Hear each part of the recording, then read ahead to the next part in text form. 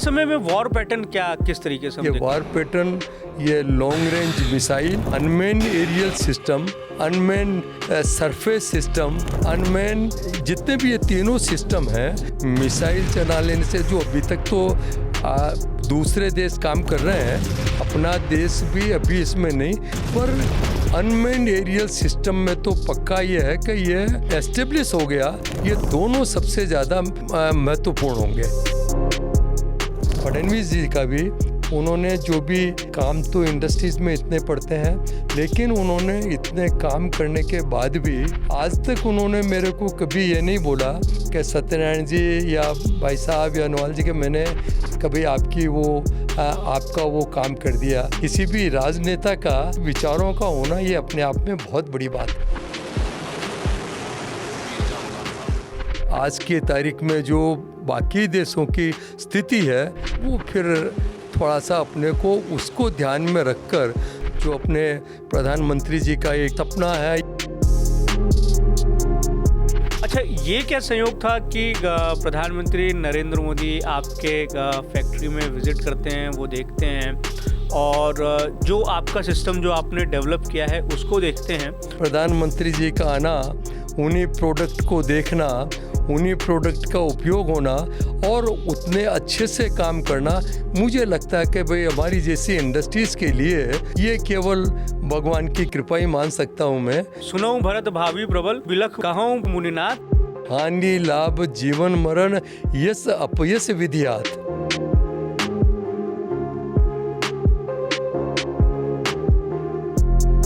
जैसे डोकलाम अभी पहले हुआ, गलवान हुआ, सिंदूर हुआ, तो आप देखिए जितने भी ये इंसिडेंट वार हुए, हमारी सेना ने हरदम उनको करारा जवाब दिया है।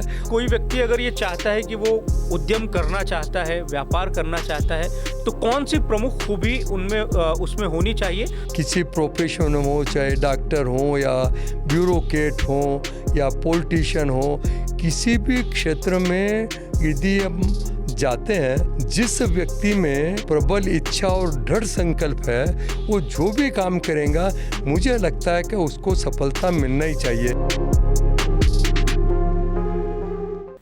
नमस्कार, मैं दिव्येश द्विवेदी। यूसीएन पॉडकास्ट देख रहे हैं आप। यूसीएन न्यूज़ ने पॉडकास्ट की एक श्रृंखला शुरू की है, लेकिन मुझे लगता है कि ये जो हमारा पॉडकास्ट है ये बहुत ही ख़ास है। ख़ासतौर से विदर्भ के लिहाज से, नागपुर के लिहाज से, मध्य भारत के लिहाज से या भारत के लिहाज से भी हम बातचीत करें तो जो शख्सियत आज हमारे स्टूडियो में हमसे बातचीत करने के लिए मौजूद है, वो कई लोगों के लिए प्रेरणा का स्रोत है। एक कहावत अक्सर हम सुनते हैं, शून्य से शिखर तक का सफ़र, पर मुझे ये लगता है कि बहुत छोटे छोटे रेफरेंसेस में भी हम इस बड़ी कहावत का इस्तेमाल कर लेते हैं।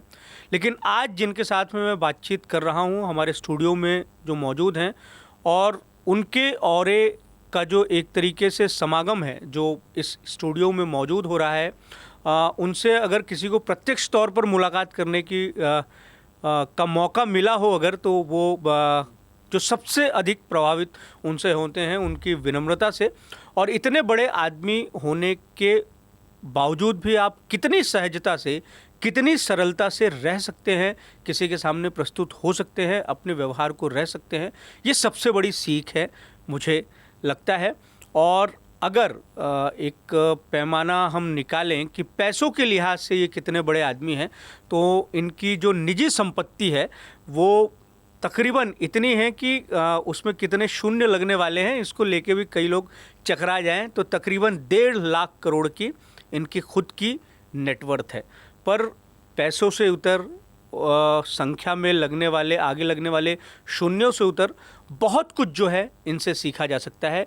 मैं बहुत स्वागत करता हूँ सत्यनारायण नुवाल सर जी, आपका बहुत बहुत धन्यवाद। आपने आपके इतने व्यस्त समय से समय निकालकर आपने हमसे बातचीत की हम शुरुआत करते हैं। और सबसे पहला सवाल तो मेरा यही है कि जैसे कि आप इतने व्यस्त हैं, आपका काम इतना महत्वपूर्ण है, इतने व्यस्त हैं, बावजूद उसके आप हम ये देखते हैं कि सामाजिक जीवन का जो आपका एक तरीके से उसे हम ऋण कह सकते हैं या समाज को कुछ वापस लौटाने वाला जो क्रम कह सकते हैं, उसमें आप पूरा अपना 100% देते हैं।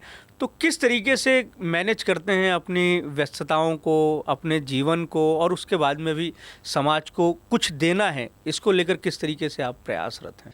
देखो, जहाँ तक ये आदमी के अपने अपने पेशन, जो पेशन एक ऐसी चीज़ है कि मेरा अपना ऐसा मानना है कि मैंने अपना कैरियर इस विदर्भ से, चंद्रपुर से मैंने अपना शुरू किया, और उसके बाद में चंद्रपुर के बाद में फिर नागपुर आना, नागपुर पहले ट्रेडिंग करना, फिर उसके बाद में छोटी सी इंडस्ट्री डालना, और एक कुछ भगवान की दया समझिए, कुछ भी जिस स्तर पे आज पहुँचे हैं, तो निश्चित रूप से ये मैं समझता हूँ कि एक मेरी मोरल रिस्पॉन्सिबिलिटी है कि जिस विदर्भ से इतना सब कुछ पाया है, तो निश्चित रूप से सबके साथ के बिगर यहाँ पर पहुँचना ये संभव नहीं है।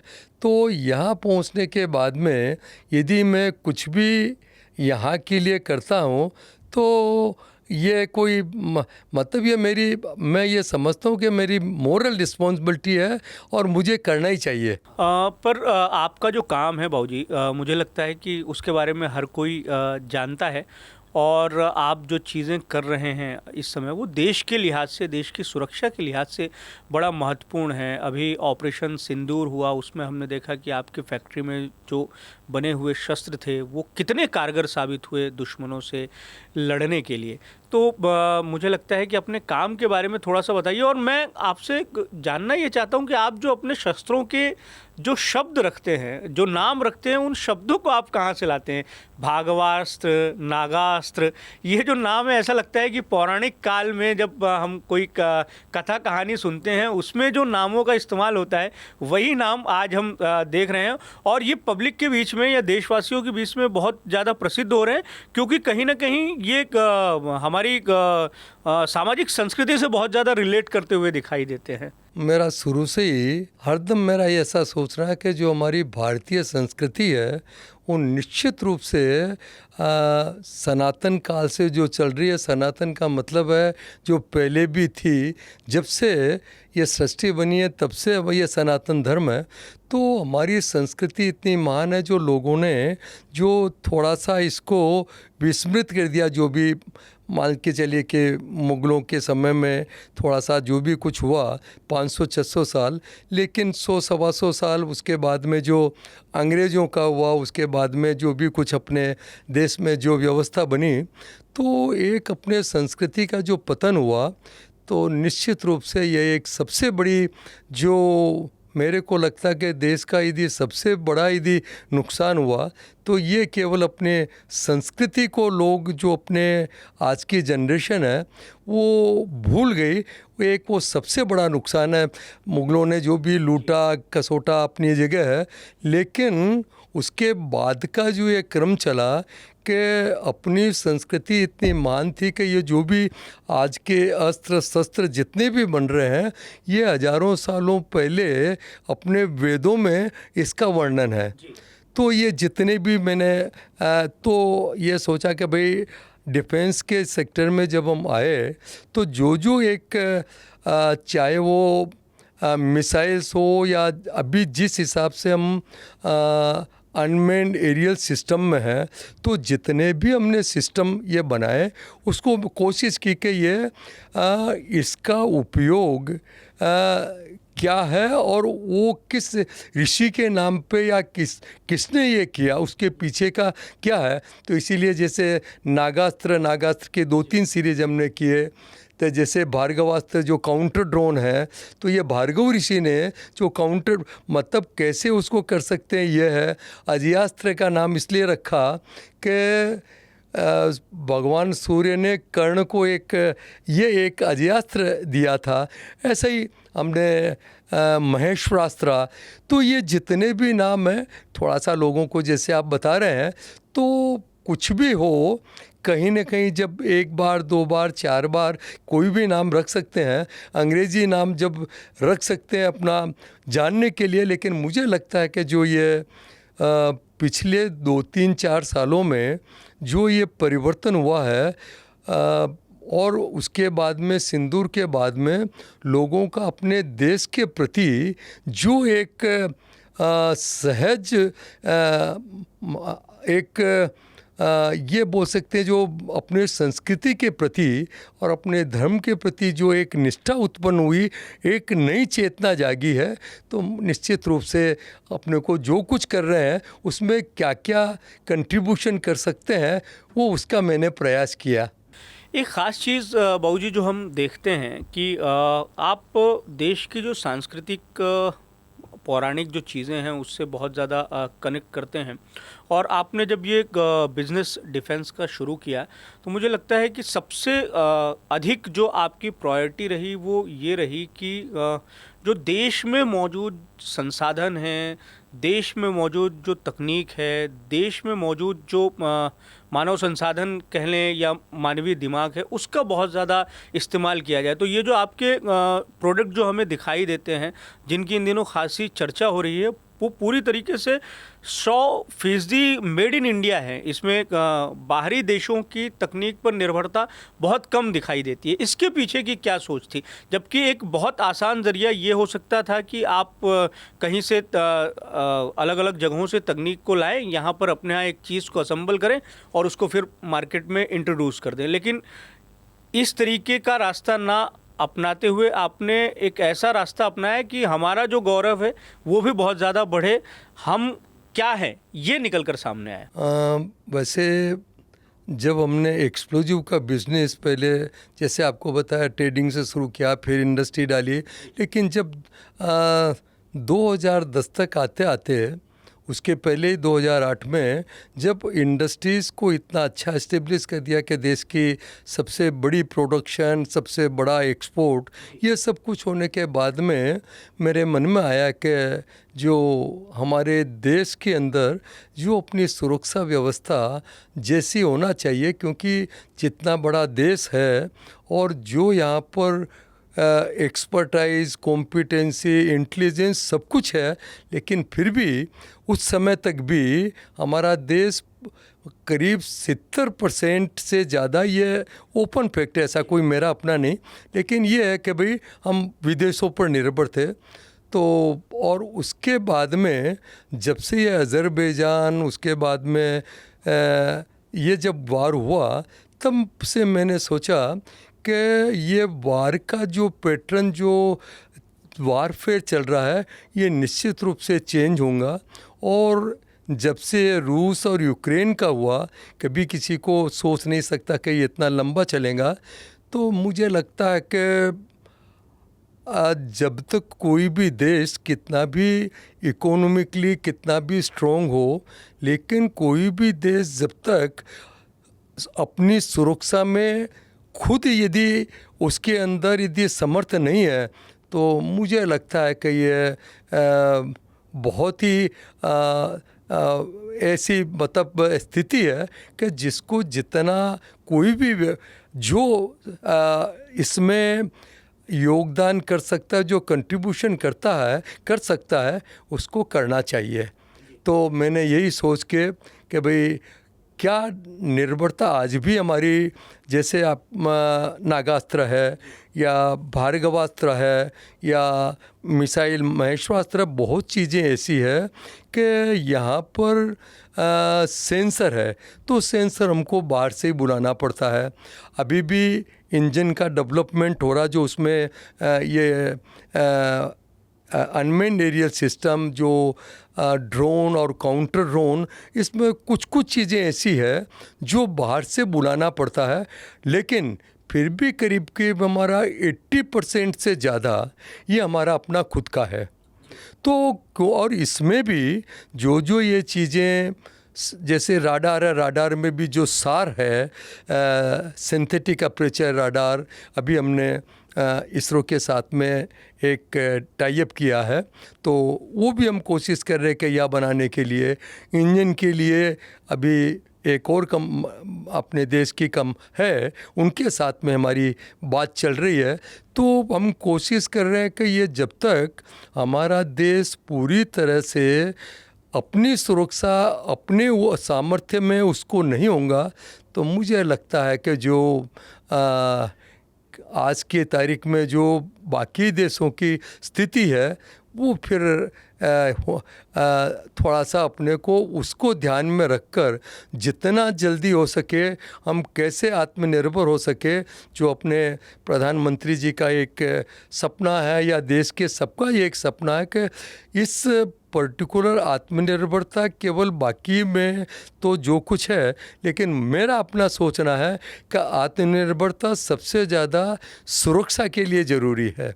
आपको क्या लगता है कि ये जो पूरी तरीके से निर्भरता डिफेंस सेक्टर की है विश्व पर या बाहर के देशों पर, वो कब तक कम हो जाएगी और भारत कब तक इतना संपन्न हो जाएगा कि अपने डिफेंस सेक्टर के लिए इक्विपमेंट वो खुद ही बनाने लगेगा? आज के समय में हम देखते हैं कि इजराइल के वॉर पैटर्न और उसके जो शस्त्र हैं, डिफेंस शस्त्र हैं, उनकी बड़ी चर्चाएं होती हैं। तो वैसी स्थिति भारत की कब आएगी? मुझे लगता है कि जो यहाँ की नीति या जो पॉलिसीज़ बनी है निश्चित रूप से वो काफ़ी 5-7 साल पहले, लेकिन उन पॉलिसी को ठीक से जो इम्प्लीमेंट करना, जो उसके प्रोसीजर्स हैं उसके ऊपर थोड़ा सा और सरकार को ज़्यादा ध्यान देने की ज़रूरत है।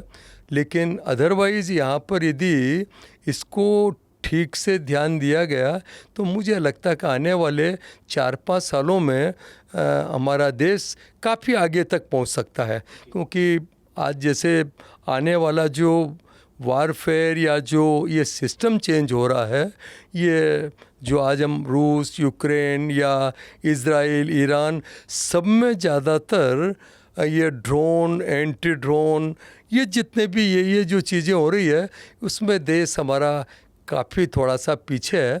अभी काफ़ी काम हो रहा है, लेकिन इस पे विशेष ध्यान देने की ज़रूरत है, क्योंकि छोटे छोटे country Poland, Sweden, even Turkey, ऐसे ऐसे देश उन्होंने आज के 50 साल पहले 40 साल से इस पे काम कर रहे हैं। तो ये जो चीज़ें हैं, लेकिन अपने देश में थोड़ा सा काफ़ी बाद में शुरू हुआ, और बाद में शुरू होने के बाद भी जो कुछ अभी तक इतने सालों का जो 70-80 सालों से जो भी अपनी सरकारें बनने के बाद भी जो सिस्टम है, उस सिस्टम को थोड़ा सा जो स्वभाव में आ गया उसको पूरी तरह से ठीक करने में टाइम लगेगा। आने वाले समय में वॉर पैटर्न क्या, किस तरीके से हम देखते थे, क्या मेरे रहेगा? को जहाँ तक मैं समझता हूँ ये वॉर पैटर्न, ये लॉन्ग रेंज मिसाइल और aerial system, unmanned aerial system, जितने भी सिस्टम हैं वो धीरे धीरे, even unmanned aerial system, unmanned surface system, unmanned geology के जो जितने भी ये तीनों सिस्टम हैं, चाहे वो अपने को मिसाइल चला लेने से, जो अभी तक तो दूसरे देश काम कर रहे हैं, अपना देश भी अभी इसमें नहीं, पर अनमैन्ड एरियल सिस्टम में तो पक्का ये है कि ये एस्टेब्लिश हो गया कि ये एक सटीक तरीका, जो सबसे ज़्यादा ही अनमैन्ड एरियल सिस्टम्स और लॉन्ग रेंज मिसाइल, ये दोनों सबसे ज़्यादा महत्वपूर्ण होंगे। एक आखिरी सवाल है, मुझे लगता है कि ये आखिरी सवाल डिफेंस से रिलेटेड है। मैं और बहुत सारी बातें आपसे करना चाहता हूँ, ताकि जो नए हमारे उद्यमी हैं या जो उद्यम करना चाहते हैं उन्हें काफ़ी कुछ आपसे सीखने को मिले। फिर भी मैं जानना चाहूँ, बार बार हमारे देश पे बड़ी चर्चा होती है कि हमारे जो पड़ोसी देश हैं उनमें क्या लगता है आपको सबसे खतरनाक कौन सा देश है? और क्या पाकिस्तान जिस तरीके से हमसे बार बार आंखें दिखाता है या लड़ने की कोशिश करता है और हर बार उसे मुंह की खानी पड़ती है, बांग्लादेश से एक नई चुनौती जो है वो हमें इस समय दिखाई दे रही है, नेपाल एक चुनौती है, ये चीन बड़ी चुनौती है, तो भारत अपने आप में बीते 10-15 सालों में इतना तैयार हुआ है कि अपने पड़ोस की जो समस्याएँ है या ऐसी युद्धजन्य परिस्थितियों में इन सारे जो देश हैं इनसे लड़ सकता है और जीत सकता है? देखिए, इसमें तो आज के तारीख में कोई द्वंद्व नहीं है, क्या दो राय नहीं है कि जैसे डोकलाम अभी पहले हुआ, डोकलाम के बाद में गलवान हुआ, उसके बाद में अभी सिंदूर हुआ।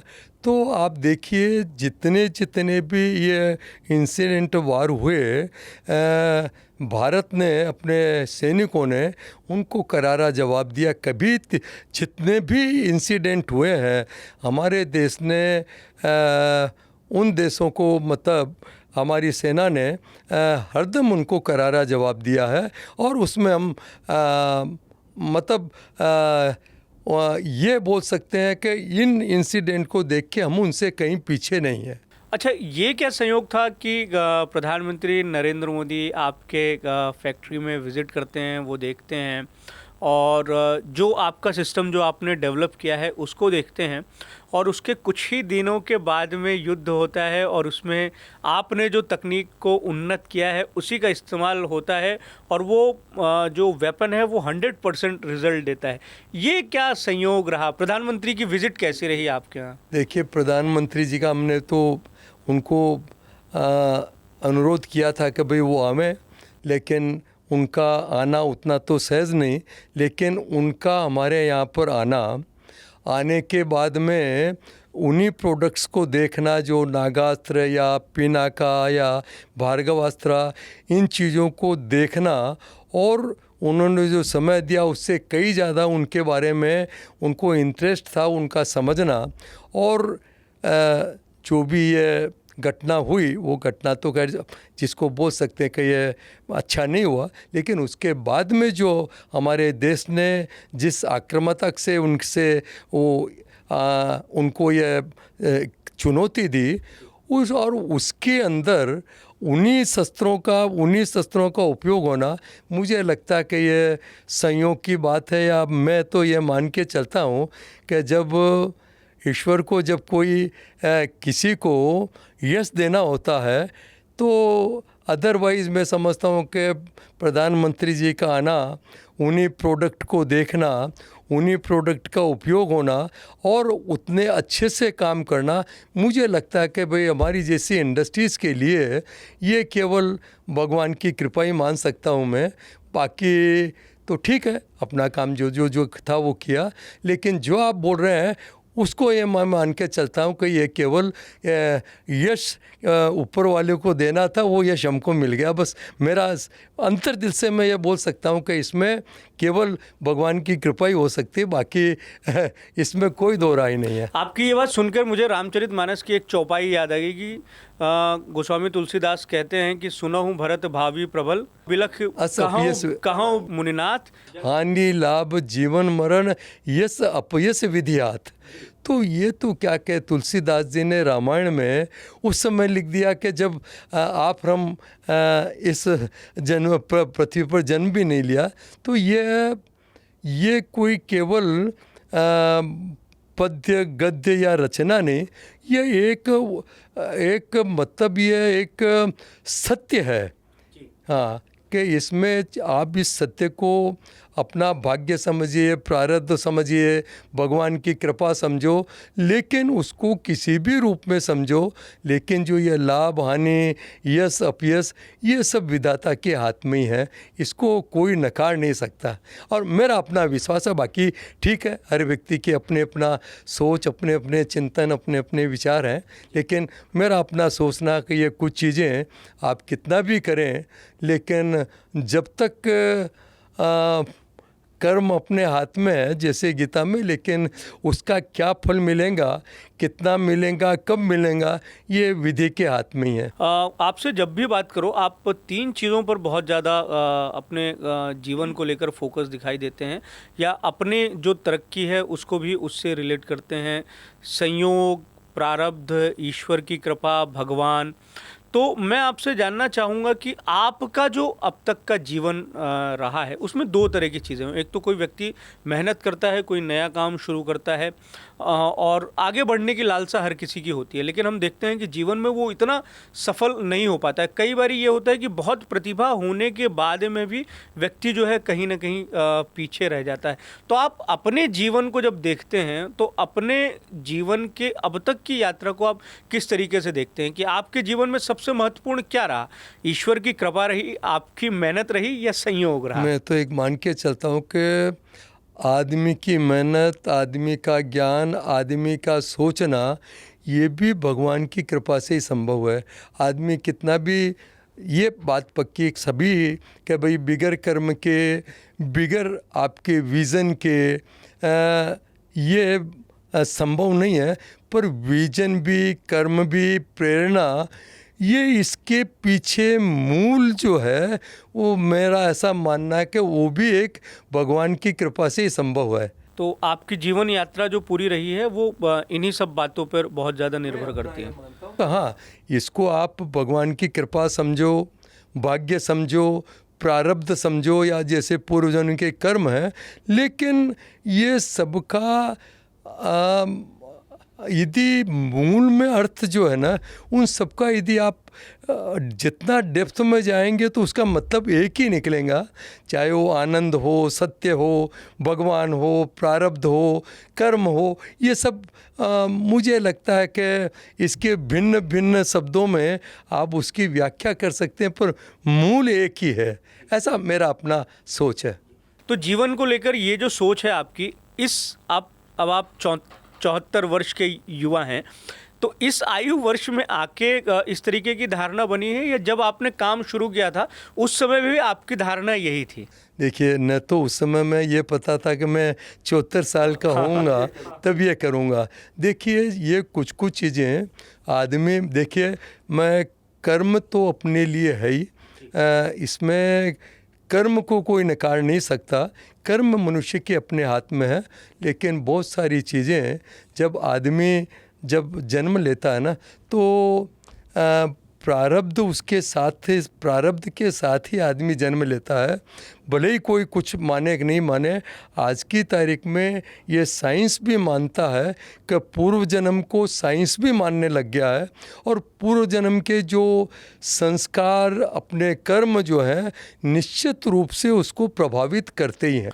कभी आपके जीवन में इस तरीके के मुकाम आए कि आप को निराश होना पड़ा, या अभी जीवन में कभी ऐसे मौके आते हैं कि जब निराशा हाथ लगती है, तो इस निराशा को आप किस तरीके से डील करते हैं?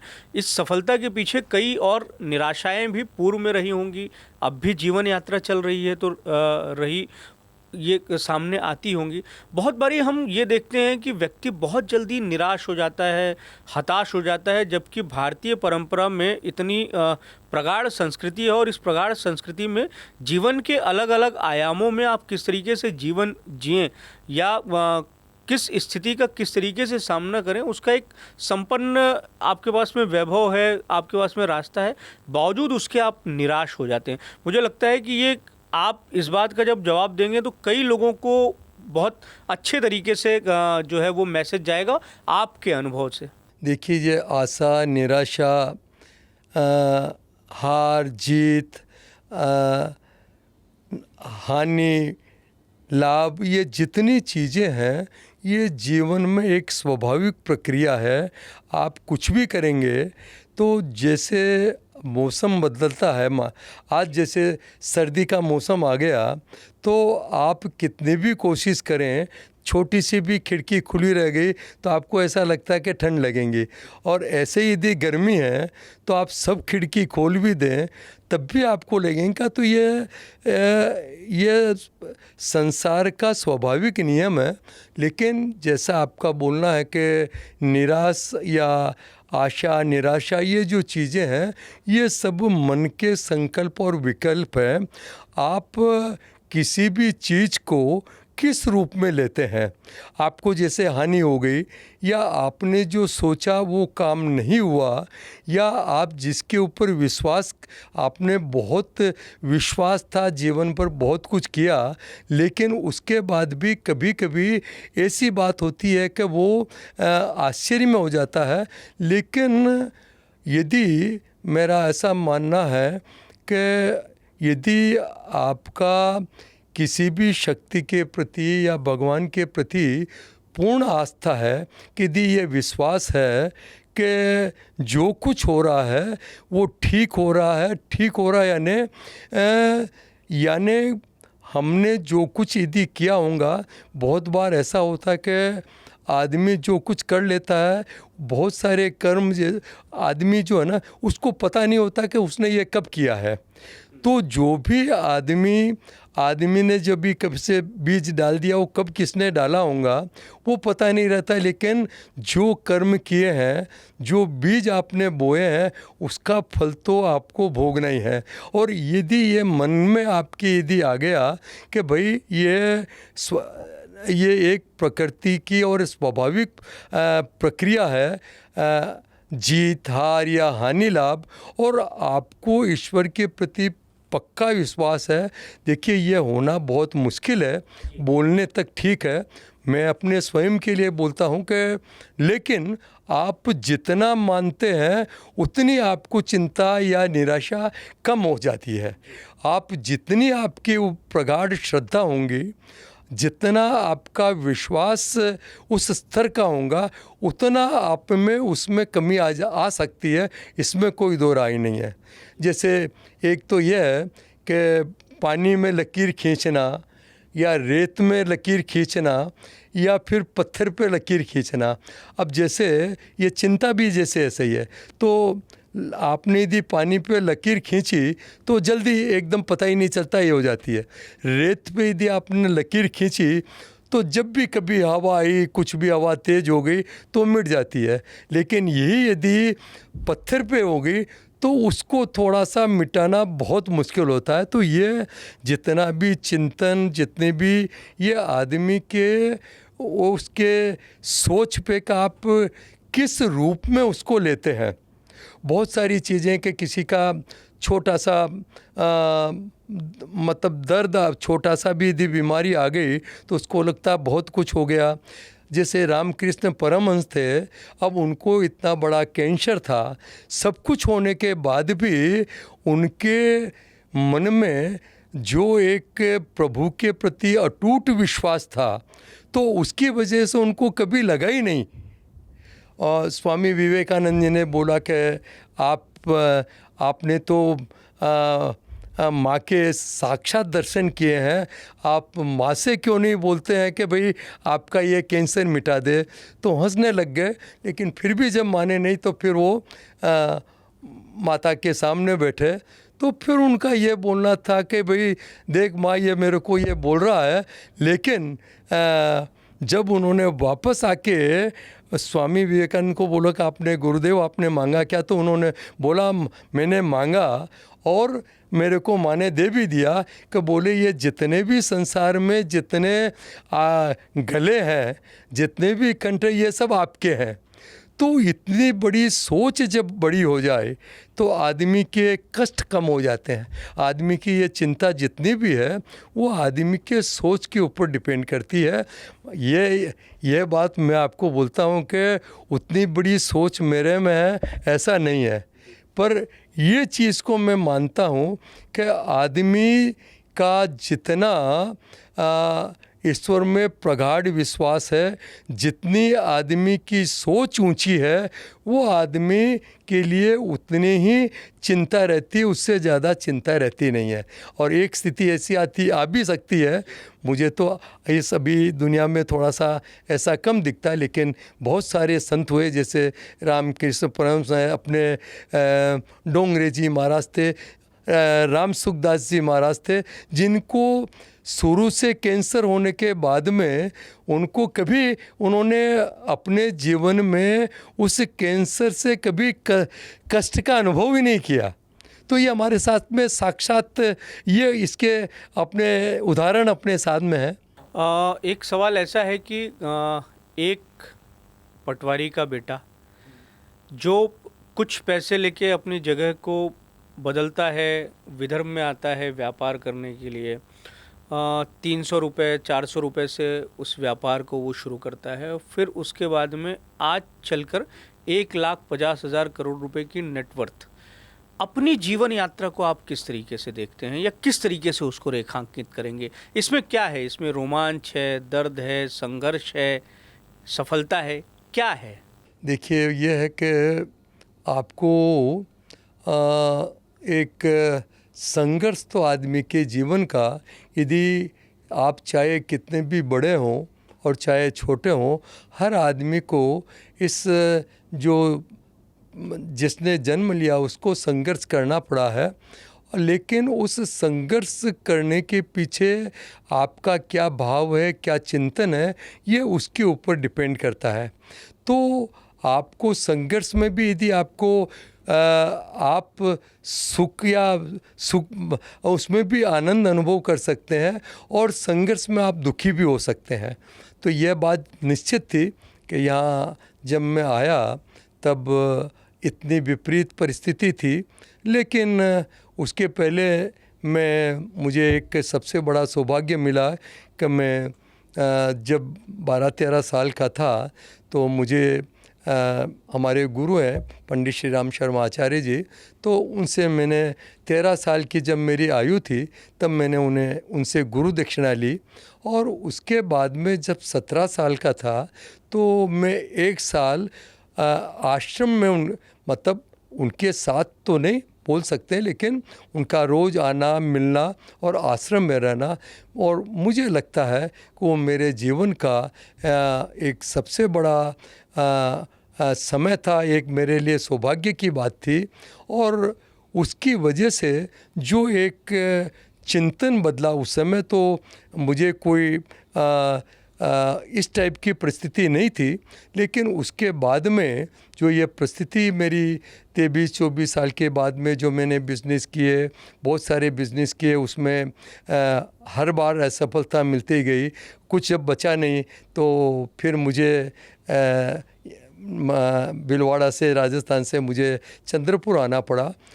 लेकिन इतने सब कुछ विपरीत और परिस्थिति और इतनी तकलीफ़ होने के बाद भी तकलीफ़ तो निश्चित रूप से थी, पर मन में एक ऐसा भाव था कि भगवान मेरी शायद परीक्षा ले रहा है, आज नहीं तो कल मुझे अपना काम करना है, जो भगवान की इच्छा है वो मेरा मनोबल कभी कम नहीं हुआ।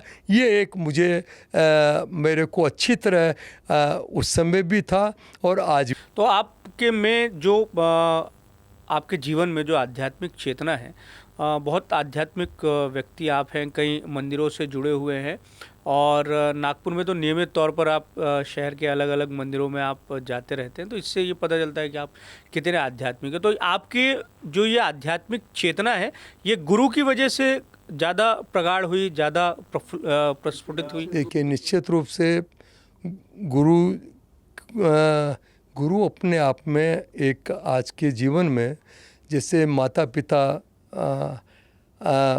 मनुष्य का जन्म जब माता पिता से होता है, ऐसे ही ज्ञान का जो है वो गुरु का उसका अहम रोल है। और गुरुदेव का बोलना ये था कि जैसे भी हम चाहे उपासना करें, आराधना करें, पूजा करें, इन सब का केवल एकमात्र है कि ये साधन है, ताकि हमको ये एक प्रेरणा मिलती है कि जो हम काम करते हैं उस काम को हमको किस नैतिकता के साथ, किस ईमानदारी के साथ या किस भाव के साथ काम करना चाहिए, ये उसके पीछे हम चाहे आज के तारीख में ज़्यादातर जैसे मंदिर में जाना या पूजा करना, पाठ करना, बाकी ये सब ये ज़्यादातर ऐसा अभी जो सोच बन गई कुछ सालों में, जो हमारी संस्कृति का जो ये हुआ कुछ थोड़ा सा, तो ये केवल इसको ही साधन मान लिया। लेकिन जबकि ये साधन है कि मंदिर में जाना, ये जाना चाहिए, वहाँ से एक प्रेरणा मिलती है। आप यदि रोज़ पूजा, उपासना, आराधना, पाठ जो ये करते हैं, उससे आदमी को एक मनोबल मिलता है, एक दिशा मिलती है, एक प्रेरणा मिलती है कि हमको क्या अच्छा करना चाहिए, हमारे जीवन में क्या करना चाहिए और क्या नहीं करना चाहिए। इसके प्रति केवल ये साधन मात्र हैं, लेकिन यदि हम इनको लेकिन ज़्यादातर साधन मान लेते हैं कि भाई मंदिर गए अपना काम हो गया या पूजा कर ली अपना काम हो गया, जो ये एक जो गलत धारणा बन गई है ये थोड़ा सा ठीक नहीं है। लेकिन अदरवाइज़ मैंने समझा कि भाई जो मैंने अपने जीवन में समझा ये सब साधन है और इन साधन का केवल एकमात्र उपयोग जो है ये हमको ये प्रेरणा के स्रोत हैं, जिससे जीवन में हमको प्रेरणा मिलती रहती है कि हमको क्या काम करना और कैसे करना चाहिए और क्यों करना चाहिए, उसके प्रेरणा के स्रोत हैं। आप शुरू से ही उद्यमी बनना चाहते थे? ये मेरा ये था कि मैं जब आश्रम में 17 साल का था, जब गया था, तब मेरी एक तो सबसे बड़ी बात तो है कि मेरी कोई शिक्षा कोई ज़्यादा नहीं थी। मैं 10वीं पास ही था और कुछ कारण से उसके बाद में जो परिस्थिति जो भी रही है उसके बाद में मैं पढ़ नहीं पाया। लेकिन पढ़ाई अपनी जगह है, लेकिन शुरू से ही मेरा कुछ मतलब मन में शुरू से ही मेरा अपना छोटा बड़ा कुछ भी हो, लेकिन मुझे अपना व्यवसाय अपना करना है, ये मेरे शुरू से ही मेरे मन। और उस रास्ते पर आप चलते रहे दृढ़ निश्चय के साथ में, तो आज आपको जो है ये सफलता मिली। मौजूदा समय में कई उद्यमियों के ये जो उद्यमशील होना चाहते हैं उसके उनके मन में भाव है, उनके आप रोल मॉडल हैं। तो मुझे लगता है कि आप अगर ये समझा पाएँ कि कोई व्यक्ति व्यापार के लिए बना है, नौकरी के लिए बना है, बहुत बारी क्या होता है कि जीवन में हम निर्णय भी बहुत गलत ले लेते हैं, जिसकी वजह से बड़े खामियाजे जो हैं वो जीवन में उठाने भी पड़ते हैं। तो एक तो ये है कि कोई व्यक्ति अगर ये चाहता है कि वो उद्यम करना चाहता है, व्यापार करना चाहता है, तो कौन सी प्रमुख खूबी उनमें उसमें होनी चाहिए और आपकी क्या सलाह रहेगी ऐसे नए उद्यमियों के लिए भी और जो उद्यम करना चाहते हैं उनके लिए भी? ऐसा मुझे लगता है कि चाहे हम कोई भी उद्योग में हो, चाहे किसी प्रोफेशन में हो, चाहे डॉक्टर हो या ब्यूरोक्रेट हो या पॉलिटिशियन हो, किसी भी क्षेत्र में यदि हम जाते हैं, उद्योग की बात नहीं, चाहे शिक्षा में हो, स्वास्थ्य में हो, किसी में भी, उसमें सफलता पाने के केवल एक उसके पीछे होना चाहिए कि आदमी की प्रबल इच्छा और दृढ़ संकल्प। जिस व्यक्ति में प्रबल इच्छा और दृढ़ संकल्प है वो जो भी काम करेगा, मुझे लगता है कि उसको सफलता मिलना ही चाहिए। दृढ़ संकल्प एक ऐसी चीज़ है कि मुझे लगता है कि यदि आप में दृढ़ संकल्प है तो दुनिया में दृढ़ संकल्प से ज़्यादा कुछ भी नहीं हो सकता। लेकिन दृढ़ संकल्प के साथ आप में, चाहे वह दृढ़ संकल्प का मतलब यह है कि दृढ़ संकल्प कितने भी संघर्ष आए, कुछ भी स्थितियां आई, तब भी आप उस संकल्प से विचलित नहीं हो, ये उसका नाम है संकल्प। संकल्प केवल बोलने से या इच्छा शक्ति कि भाई मेरी बहुत इच्छा है, पर बहुत इच्छा के साथ इच्छा और संकल्प, यदि संकल्प है लेकिन इच्छा नहीं है, या केवल इच्छा है और उसके साथ में संकल्प यदि नहीं है, तो ये दोनों चीज़ें यदि किसी भी व्यक्ति के स्वभाव में हैं तो वो किसी भी क्षेत्र में जाना चाहे, किसी भी क्षेत्र में जाए तो उसको सफलता मिलना चाहिए। और मुझे ऐसा लगता है कि मैंने अपने जीवन में अनुभव किया कि जिस व्यक्ति में प्रबल इच्छा शक्ति है, दृढ़ संकल्प है, तो कोई न कोई अदृश्य शक्ति, और मुझे तो लगता है स्वयं भगवान भी उसके साथ हो जाता है। क्योंकि ये आप संघर्ष यदि करने की स्थिति में जब भगवान की, जब आपके आस्था भगवान जब आपके साथ में है, तो आपको संघर्ष करने की स्थिति या संघर्ष करने की आपकी जो है वो, उसमें आपको कोई फ़र्क नहीं पड़ता चाहे आप सफल हैं असफल हैं।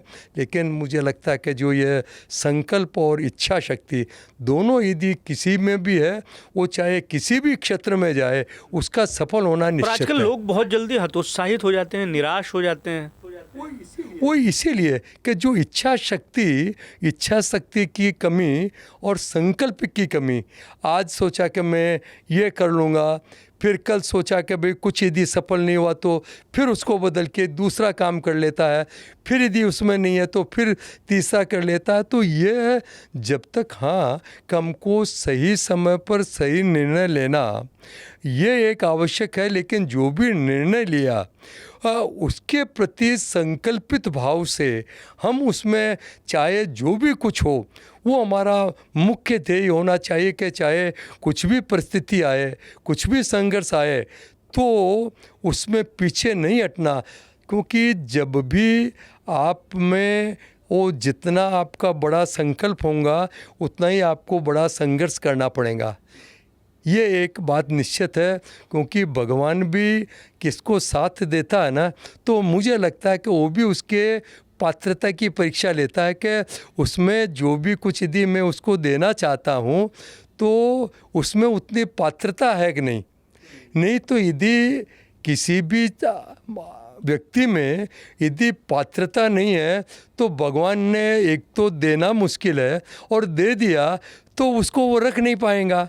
तो इसीलिए कि मुझे लगता है कि एक पात्रता का विकास ये भी एक अपने आप में महत्वपूर्ण है कि पात्रता का विकास यानी हम अपने संकल्प, हमारी इच्छा शक्ति, हम क्या सोचते हैं, कैसे सोचते हैं, ये इसके प्रति यदि हम ध्यान दें तो मुझे लगता है कि हम चाहे कोई भी काम करें मुझे लगता है कि सफलता मिलना ही चाहिए। पर व्यक्ति ये कैसे तय करे कि ये उसका सही समय है और इस सही समय पे सही निर्णय लेना है? आपकी स्ट्रेटजी इस पर क्या रहती है? क्या है कि बहुत बार आदमी यही एक उसका एक निश्चय और संकल्प है ना, बहुत बार ऐसी स्थितियां आती है जीवन में, अनुकूल परिस्थिति आती है, लेकिन उनके अनुकूल परिस्थितियों को वो उसको भी उस साधारण रूप से ले लेता है, जबकि उसको अपना एक उस परिस्थिति को पाने के लिए जितना प्रयास करना चाहिए, जितना उसको उस चीज़ को प्राप्त करने के लिए प्रयास, संकल्प, इच्छा शक्ति जब तक नहीं हो वो ऐसी अनुकूल परिस्थितियां हर व्यक्ति के जीवन में आती है, लेकिन उस व्यक्ति को अनुकूलता को पहचान पाना और फिर उसको संकल्पित भाव से उसके पीछे होके उसको प्राप्त करना, ये तो अब मनुष्य के स्वभाव। फिर यदि कोई भी करें तो एक मूल में फिर वही बात आती है कि आपकी पात्रता, आपके कर्म, आपके प्रारब्ध, ये सब चीज़ें एक दूसरे से जुड़ी हुई है।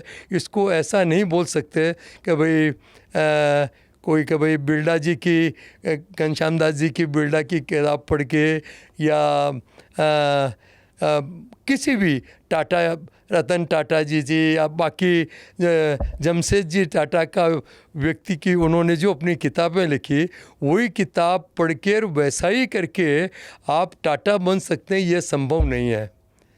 क्योंकि उससे आप केवल एक दिशा प्राप्त कर सकते हैं, लेकिन उस स्तर का प्रयास जब तक नहीं करेंगे, जब तक केवल पढ़ने से, जानने से क्योंकि जानते तो बहुत हैं, मैं भी बहुत चीज़ें जानता हूँ कि प्रभु पे अटूट विश्वास होना चाहिए, लेकिन मैं सही बता रहा हूँ कि यदि किसी भी व्यक्ति का प्रभु पे, किसी भी प्रभु या जिसको जो मानता है, किसी भी परमपिता परमेश्वर या परम शक्ति, यदि उसके ऊपर अटूट विश्वास है तो मुझे लगता है कि उसको कोई दुख होना ही नहीं चाहिए। बाबू जी, अभी आप 3 जनरेशन एक साथ काम कर रहे हैं, आपके सुपुत्र और फिर उनके सुपुत्र, तो 3 पीढ़ी एक साथ काम कर रही है। और जहाँ पर 3 पीढ़ियाँ एक साथ होती हैं वहाँ पर विचारधाराओं, सोच, इनको लेकर बड़े डिफरेंसेस दिखाई देते हैं। कई परिवारों में, कई जगहों पर इसी तरीके की स्थिति होगी। तो आपके यहाँ की स्थिति किस तरीके से रहती है? क्योंकि बहुत बारी आपके सामने भी ये होगा कि आपके पोते ने उसके व्यावसायिक कौशल्य से कोई निर्णय लिया होगा। अब आपको उस निर्णय के साथ में खड़े रहना है, ये भी बताना है अगर वो गलत है निर्णय तो उसमें आपको चूक जो है उसको भी सुधारना है। आपको तीनों चीज़ें बहुत मेंटेन करके रखनी पड़ती है। तो आपका अनुभव इस दिशा में किस तरीके से है, या क्या कुछ फॉलो करते हैं आप? आपने बताया कि 3 पीढ़ी होने के बाद में विचारों में भिन्नता ये एक स्वाभाविक है, क्योंकि एक तो आयु के हिसाब से भी और पीढ़ी के हिसाब से तो अपनी जगह है, लेकिन यह विचारों में भिन्नता होना ये नितांत स्वाभाविक है। लेकिन विचारों में मुझे ऐसा लगता है कि विचारों में भिन्नता होना भी चाहिए, पर्टिकुलर जो बिजनेस में है, जो व्यवसाय के क्षेत्र में है, क्योंकि यदि आप विचारों में भिन्नता नहीं है तो उसका एक अपना एक उपयोगिता, अपना लाभ है। क्योंकि आप केवल दादाजी ने बोल दिया या बेटे ने बोल दिया तो वो आपने कर लिया, या पिताजी ने बोल दिया तो बेटे ने कर लिया, तो ये भी कोई बहुत अच्छी बात नहीं है। लेकिन विचारों में भिन्नता होना स्वाभाविक है। मन में जो एक है, जो एक उद्देश्य है, उस विचारों के पीछे जो आपके भाव हैं वो ठीक होना चाहिए। वो यदि भाव ठीक है तो विचारों में अलग अलग होने में मुझे लगता है कि कुछ भी तकलीफ नहीं है। तो किस तरीके से सामंजस्य आपके यहाँ बैठता होगा? कभी ऐसे मौके आते हों कि राघव एक विषय को लेकर एक दृष्टिकोण रखते हैं, मनीष जी एक दृष्टिकोण रखते हैं और सत्यनारायण जी एक दृष्टिकोण रखते हैं? एक तो ये मेरा बोलना है कि नितांत स्वाभाविक है कि ये है, लेकिन बात यही है कि उसके पीछे भाव, जैसे आज राघव क्या देख रहा है, तो मुझे ये पता कि भी मैंने लास्ट, जैसे मैं 50 साल से बिज़नेस कर रहा हूँ, अब उसने भी 1.5 साल से किया, निश्चित रूप, और उसका जहाँ से उसने यूएस से अपनी एजुकेशन ली है, मैंने अपना जो है उसमें निश्चित रूप से काम में काम करने के तरीके में भी फ़र्क होगा, लेकिन फिर भी आप उसको कितना पॉजिटिव वे में ले सकते हैं। क्योंकि जब उसकी दिशा केवल यदि एक है कि अपने को इस प्रोजेक्ट में या इस बिज़नेस में अपने को क्या करना, उसका जो ध्येय है वो यदि अच्छा है तो मुझे लगता है कि उसमें कोई दिक्कत नहीं। कुछ कुछ चीज़ें आदमी को इतना फ्रीडम देना ही चाहिए कि कुछ कुछ चीज़ें आदमी करके ही समझता है। आप कितना भी समझाएंगे तब भी कुछ चीज़ें आदमी को करने के बाद ही समझ में आती है, तो उसमें कोई बहुत बड़ा नुकसान होने वाला नहीं है, क्योंकि उसके पीछे उनके भाव अच्छे हैं तो उससे कुछ फ़र्क नहीं पड़ता। मुझे लगता है कि आप आने वाली जो ये पीढ़ी, जो जनरेशन है, उनमें निश्चित रूप से जो आज की जो ये पीढ़ी है उनमें सोच और अपने काम करने का तरीका बदला है, लेकिन वो टेक्नोलॉजी के बेस पे उनके एजुकेशन, उनका एक्सपोज़र उनका काफ़ी बड़ा है। तो अपने अनुभव और उनके काम करने का तरीका ये यदि सामंजस्य इसमें हो जाए तो और ज़्यादा अच्छा है। ये मैंने अपने बिज़नेस में भी इसमें अनुभव किया कि इसमें कुछ कुछ बातों में कभी कभी अलग अलग विचारधाराएं, लेकिन जब इसको अलग अलग तरीके से विचार करके जब एक निर्णय पर आ जाते हैं तो इससे अच्छी कोई बात नहीं हो सकती।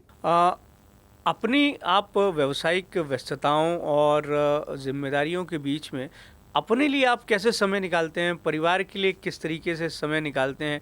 क्योंकि परिवार को भी समय देना बहुत ज़रूरी है और आपका काम तो ऐसा है कि आपको वैश्विक स्तर पर आप से जब भी बातचीत होती है, आप कभी किसी दिन इस शहर में रहते हैं, किसी दिन उस शहर में रहते हैं, किसी दिन उस देश में रहते हैं, तो ये आपकी व्यावसायिक मजबूरियाँ हैं। तो आप अपने आप को किस तरीके से अपने जीवन को आप मैनेज करते हैं और परिवार को किस तरीके से समय देते हैं? क्या करना आपको ज़्यादा पसंद है? जहाँ तक परिवार को मैनेज करने का, तो जब मैं जाता हूँ तो ज़्यादा से ज़्यादा समय कि भाई, एक तो हमारे यहाँ पर है कि शाम को जो आरती और पूजा होती है उसमें करीब करीब 90% यदि यहाँ रहते हैं तो सब साथ में होते हैं। भोजन के समय थोड़ा सा उतना कभी हो पाता है, कभी नहीं हो पाता है, लेकिन वे ये भी समझते हैं कि भाई जो डिफेंस में आने के बाद में जो थोड़ी व्यस्तता हो गई, क्योंकि ये हमारे लिए भी और देश में भी, क्योंकि प्राइवेट सेक्टर में एमुनेशन में आना ये एक अपने आप में थोड़ी सी बहुत ही एक अलग बात थी। तो परिवार वालों को थोड़ा सा जो समय जितना व्यतीत करना चाहिए उतना नहीं हो पाता है, लेकिन उनको भी उन्होंने ये एक समझ में आ गया कि भाई ये जो कर रहे हैं, यो भी जो कर रहे हैं, तो ये इनका अपने इंडस्ट्रीज़ के साथ साथ में ये एक देश के लिए भी काफ़ी है, उसमें काफ़ी ज़रूरी है। तो ये उन्होंने समझ लिया, तो उनको कभी कोई तकलीफ़ नहीं है। और दूसरी बात है कि ये मैंने जब मैं एक्सप्लोजिव में था और इस डिफेंस में नहीं आया, तब सही बताता हूँ कि मेरे वो ये था कि मैं 60, 62, 65 साल में, क्योंकि मैंने अपने जब मैं 18 साल का था, 19 साल में 19 साल के पहले ही मेरी शादी हो गई।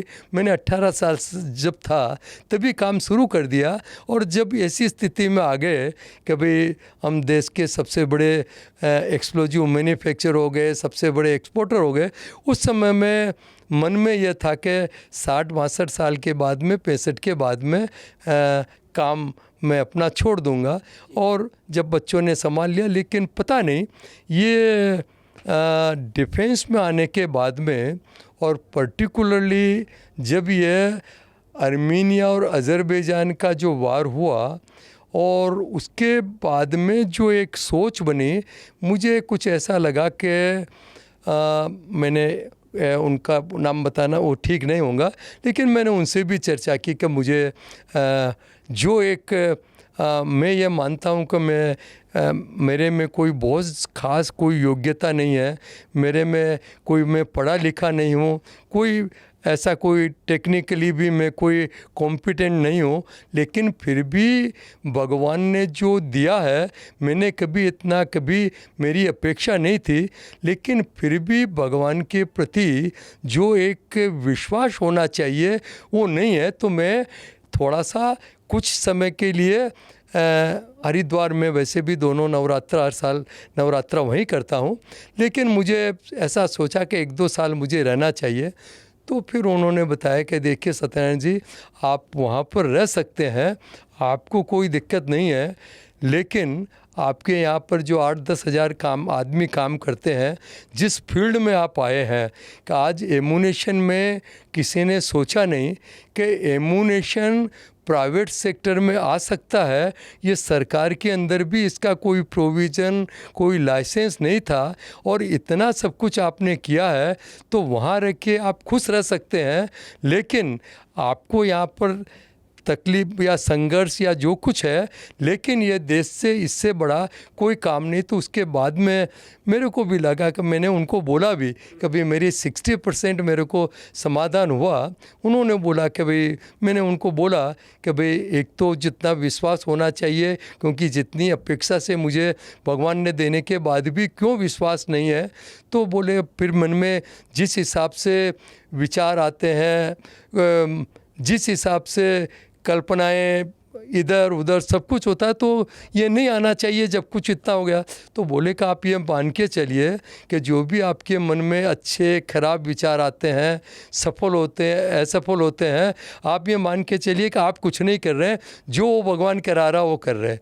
मतलब ये बात हुई कि आप रिटायर होना चाहते हैं लेकिन नियति आपको रिटायर नहीं होने दे रही है। तो उसके बाद में मुझे उनके बात करने के बाद में सही में मुझे लगा कि मैं अकेला रह के हरिद्वार रह के मैं बहुत खुश रह सकता हूँ, सुखी रह सकता हूँ, लेकिन जो आज कंट्रीब्यूशन जो मैं थोड़ा बहुत देश के लिए कर सकता हूँ या समाज के लिए कर सकता हूँ, वो नहीं कर पाऊँगा। ज़रूर इसमें संघर्ष है।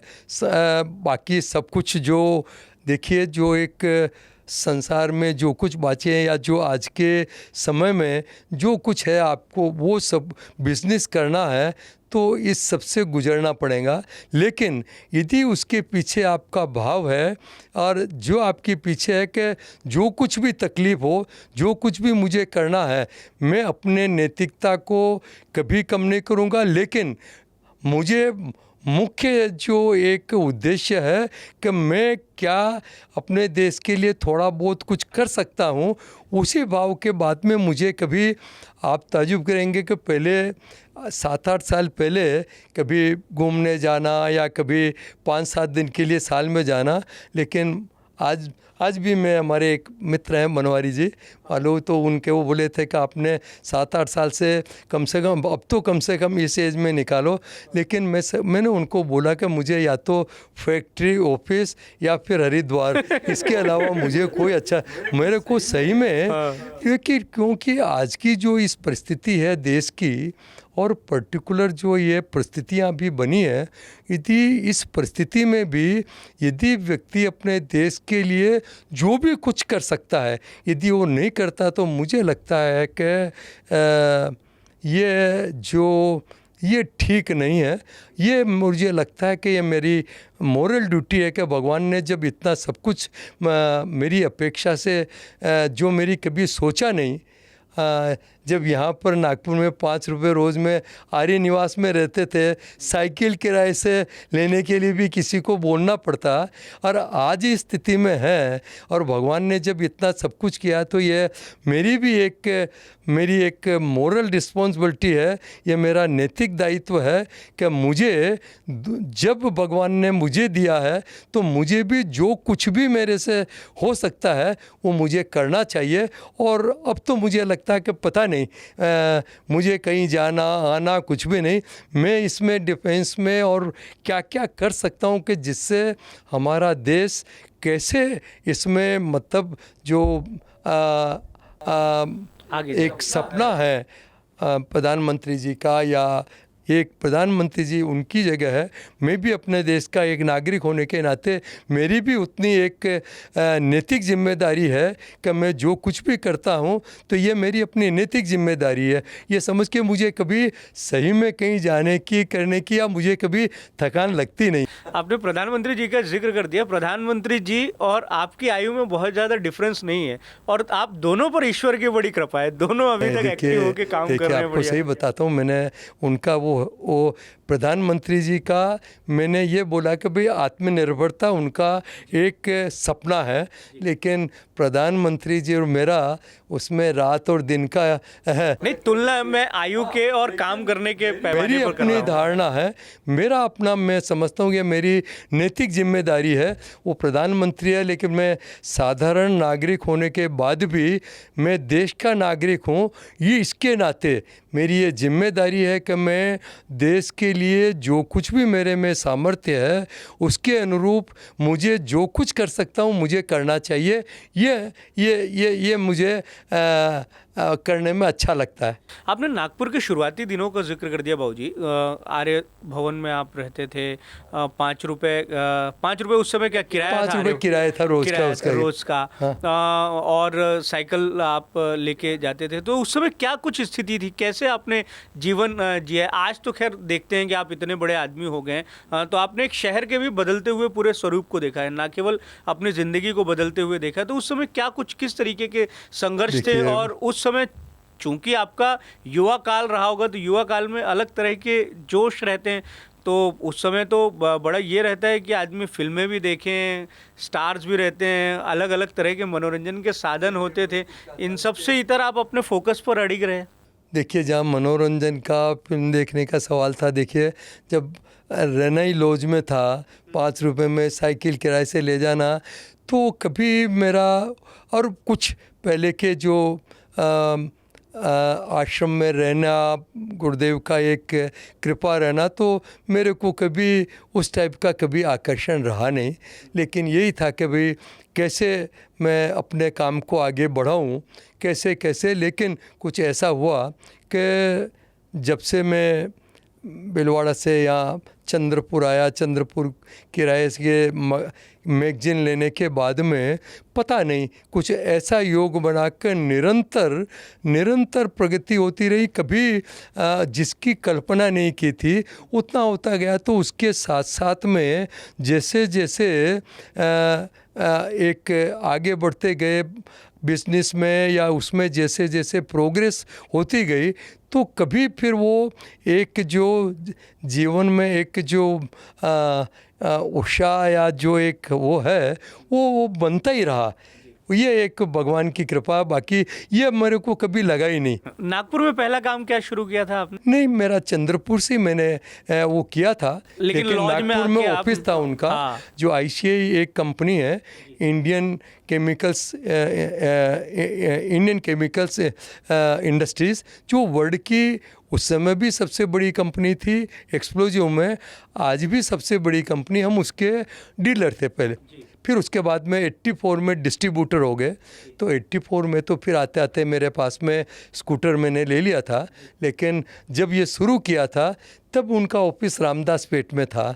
तो सर्दी में तो कोई तकलीफ नहीं थी, पैदल आ जाते थे। लेकिन गर्मी में थोड़ा था, तो उस समय फिर साइकिल के हमारे हरिनिवास में रहते, उसको बोल देते मैनेजर को, तो बोल देता अच्छा इनको दे दो साइकिल। तो वो एक लॉज थी गुजरात लॉज, उसके नीचे साइकिल वाले की दुकान अब भी है। अच्छा, अभी भी है। तो बस वो अपना किराए से दे देता तो ले लेते थे। लेकिन ऐसा कुछ नहीं, उस समय कभी लगा ही नहीं। उस समय एक तरह से वहाँ पर रहना, और वो महीने 2-2 महीने तक कभी पैसे नहीं मांगते थे, उसमें हम ये समझते कि हम बहुत बड़े आदमी हैं। हाँ, कि भाई हमसे रहने के बाद भी वो महीने महीने तक पैसे नहीं मांगते थे। तो लेकिन वो भी हमारे बाद में पता चला कि वो भी उदयपुर के पास में एक डूंगरपुर बांसवाड़ा है, वो वहाँ के थे, जोशी जी। लेकिन वो ऐसा प्रेम आपस में हो गया कि उन्होंने कभी पैसे मांगे ही नहीं, जब थे तब दे दिए, नहीं तो कभी था ही नहीं। तो ऐसा कभी प्रभु का जब उसको जब देना होता है तो कहीं ना कहीं वो किसी न किसी रूप में खड़ा हो जाता है। पर कभी शिकायत तो रही होगी कि आप घुमाने नहीं लेके जाते हैं, घूमने नहीं जाते हैं परिवार के साथ में, इस तरीके की कभी शिकायत रही नहीं? नहीं, ऐसा कभी ऐसा कोई, ये तो बड़ी कृपा हुई। छोटा मोटा बात होती है। हाँ। लेकिन जैसे बात होने के बाद में जब उनको पता चलता है कि भाई अपनी परिस्थिति कैसे है जी, क्या उसके पीछे कभी मैं पिक्चर जा रहा हूँ या मैं होटल में जा रहा हूँ, उनको नहीं ले जा रहा हूँ, तब आदमी को तकलीफ होती है। लेकिन जब घर वाले या कोई भी मित्र या कोई भी साथ वाले ये समझ जाते हैं कि भाई ये उसके पीछे उसका क्या उसका सोच है, उसके भाव क्या है, तो मुझे लगता है कि वो सहजता से समझ जाता है, उतना होता नहीं है। अब तो पिक्चर देखने के लिए समय मिलता होगा, तो कोई पिक्चर देखते हैं आप या ये 5-7 साल में कभी 5-7 साल में नहीं देखा। पिछली पिक्चर कौन सी देखी आपको जो याद हो? लास्ट दोवाल साहब का रोल था, वो जो अटैक किया था। हाँ, वो उरी। हाँ, उरी, वो वाला सबसे लास्ट वाला पिक्चर जो था। हाँ, वो मैंने उरी देखा था। उसके बाद में कोई पिक्चर ही नहीं देखी आपने? पिक्चर मैंने देखा। अच्छा, आपको पसंद क्या है, मतलब कोई फिल्म आपको जो है वो बहुत इंस्पायर करती हो, पसंद करती हो, कोई अभिनेता बहुत पसंद हो, कोई किताब आपको पसंद हो? किताबें पढ़ते हैं आप? किताब में काफ़ी पढ़ता हूँ। किताब आध्यात्मिक या किसी भी आध्यात्मिक ज़्यादातर मुझे अच्छी वो किताबों ही पढ़ने का वो शौक़ है। को जो भी कोई अच्छे किताब, अच्छे कोटेशंस चाहे जैसे न्यूज़पेपर में भी है, तो जो अच्छे जो पेपर में जो लेख आते हैं वो मैं उसके अंदर वो मुझे पढ़ने का, और अच्छी किताबें चाहे वो गुरुदेव की हो, चाहे स्वामी विवेकानंद की हो, चाहे रामकृष्ण परमहंस जी की हो, ये किताबें मैं पढ़ता हूँ कि जिसमें अपने चरित्र को, अपना मनोबल को, अपनी सोच को और अपनी संस्कृति को कैसे थोड़ा सा जानने का एक हो, तो वो मैं एक और कोई फिल्म स्टार तो पसंद होगा, हीरो हीरोइन कोई आपके जवानी के दिनों में? स्टार तो नहीं, लेकिन यदि मैंने जीवन में यदि सबसे मैं उनसे यदि प्रभावित हुआ तो रतन जी टाटा से, उनसे मुझे मिलने का मैं समझा था 10-15 मिनट मिलूँगा, लेकिन करीब 1-1.25 घंटे तक उनके साथ था, तो मुझे लगता कि सही में किसी व्यक्ति की सोच आदमी को कैसी हो, तो मैंने उस व्यक्ति से ज़रूर उनके साथ रह के कि इतना सहजता, सरलता और इतना बड़ा व्यक्ति मतलब कैसे इतना सहज और सरल हो सकता है, ये मैंने अपने जीवन में उसके बाद में मैंने देखा कि मेरी जो लोग चाहे कुछ भी बोलते हो कि भाई ये सिंपल है, सरल है, लेकिन उनसे मिलने के बाद में मुझे लगता है कि जो सहजता, सरलता, जो उनके अंदर बड़प्पन जो देखा, मुझे लगता है कि उनके सामने मेरा कुछ भी वो नहीं है। पर सहजता और सरलता आपकी भी कम नहीं है बाबूजी। मुझे लगता है कि इतने बड़े आदमी होने के बाद में भी आपने पूरा जीवन एक सादे फ्लैट में निकाल दिया, और अब आपने एक घर बनाया है जिसको लोग जानते हैं क्या है, लेकिन आपने भी तो अपने लिए जीवन के लिए चुना कि आप एक सहजता के जीवन को के रूप में ही रहेंगे। आदमी को जितना आदमी सही में ये तो एक भगवान, सहज होना भी सही में अपने आप में भगवान की कृपा है। सहज होना या सरल होना सबसे कठिन है इस संसार में। सरल होना सब, मेरा ऐसा मानना है कि सहज और सरल होना सबसे कठिन है। आदमी का ये केवल भगवान की जैसे आदमी का समृद्ध होना, किसी बहुत बड़े पद पर जाना, ये भौतिक रूप है, पर मुझे लगता है कि एक सरलता आना ये एक भगवान की कृपा के बगैर संभव नहीं है। रतन टाटा का आपने जिक्र किया, रतन टाटा को आपकी जो फैक्ट्री है उसमें वो दिखाना चाहते थे, उनकी भी बड़ी इच्छा थी, लेकिन वो इच्छा अधूरी रह गई। ये तो था, उससे मिलने का था। जब उनको मिलने के बाद में पहली मुलाकात थी, लेकिन उन्होंने जब इतनी देर बात की और मैंने बताया कि हम ऐसे डिफेंस सेक्टर में एमुनेशन बनाना शुरू कर दिया, हमने ये पहली इंडस्ट्री है जिसको ये सरकार से ये लाइसेंस मिला, अप्रूवल मिला, तो उनको बड़ा मतलब सुन के बड़ा अच्छा लगा। फिर हमने उस समय बोला कि हमने ये भी और ये चालू किया, तो उनको अच्छा लगा कि मैं एक बार में आपके यहाँ पर आऊँगा, तो आपके यहाँ पर कैसे मतलब आ सकते हैं। मैंने कहा नागपुर तो फ़्लाइट है, लेकिन हमारे यहाँ पर भी हेलीपैड हमने बनाया हुआ है, क्योंकि बीच में जितने भी बड़े अधिकारी आते थे तो अपना उनके हेलीकॉप्टर से आते थे। तो मैंने उनको बताया कि भाई जब ये हुआ उनसे मुलाकात, उसके पहले रक्षा मंत्री जी भी आए थे, डोभाल साहब भी आए, प्लस सभी रक्षा मंत्री अपना एयर आर्मी चीफ से लगा कर जब भी आए, तो हमने कहा वो है। तो फिर उन्होंने बोला ठीक है, फिर मैं नागपुर आने के बाद में फिर मैं एक बार आता हूँ। लेकिन ठीक है, उस समय भी उनका स्वास्थ्य उतना अच्छा नहीं था, क्योंकि उस समय भी उनको जब वो जिस चेयर पर बैठते तो उनको उठाना पड़ता है, लेकिन फिर वो धीरे धीरे, अब उनकी सहजता का ये है कि मतलब जब उठ खड़े हुए, जब चलने लगे साथ में, तो मैंने उनको बहुत बिठाने की कोशिश की, पर बैठे नहीं, लेकिन वो दरवाजे तक छोड़ने आए। मैं जब गाड़ी में बैठ गया तब मैंने कहा भी वो दरवाजे पर छोड़ के चले गए होंगे। तो ड्राइवर ने बोला कि सर वो खड़े हुए हैं। तो मेरे को इतना ख़राब लगा। मैं वापस उतर के उनके पाँव छू के मैंने कहा सर आप कम से कम आपको ये मतलब मेरे को ये मैं कभी सोच भी नहीं सकता, और मेरे को खुद को गिल्टी फील हो रहा कि मेरे को लगता है कि ऐसा है कि भाई आपको जो इतनी तकलीफ़ को उठने में तकलीफ़, यहाँ आने में तकलीफ़, और यहाँ खड़े हुए हैं। मैंने कभी ऐसी मतलब कोई आदमी इस स्तर तक इस स्तर का हो सकता है, इस स्तर तक मतलब जा सकता है, ये मैंने मेरी कल्पना की भी बाहर की बात थी।